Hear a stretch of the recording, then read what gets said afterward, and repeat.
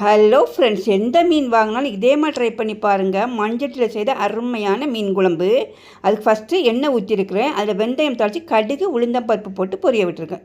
பொரிஞ்சதுக்கப்புறமா இந்த சைஸில் ஒரு வெங்காயத்தை கொஞ்சம் பொடிசாக கட் பண்ணி போட்டுக்கோங்க. கொஞ்சம் ப்ரௌன் ஆகட்டும். அதோடு 2 பச்சை மிளகாய் வெட்டி போட்டுக்கோங்க. மீன் குழம்புக்கு சூப்பராக இருக்கும். அப்புறமா மீடியம் சைஸில் 3 தக்காளியை கொஞ்சம் மிக்ஸியில் பல்ஸ் பண்ணி போட்டுருக்கிறேன். பெருசாக இருந்தால் 2 எடுத்துக்கோங்க.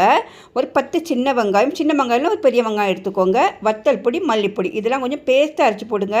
திக்னஸாகவும் இருக்கும், கிரேவி சூப்பர் டேஸ்ட்டாகவும் கிடைக்கும். அதோட கொஞ்சம் தண்ணி, மஞ்சள் பொடி, உப்பு போட்டு நல்லா மசாலா ஸ்மெல் போக கொதிக்க விடுங்க. இந்த சைஸில் புளி எடுத்து கரைச்சி புளியும் உள்ளே ஊற்றி புளி சுமெல்லாம் போகட்டும்.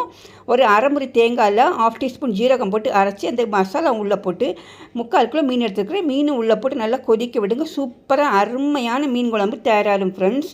இதே மாதிரி ட்ரை பண்ணி பாருங்கள். நம்ம சேனலை சப்ஸ்கிரைப் பண்ணிக்கோங்க. ஓகே, பாய், தேங்க்யூ.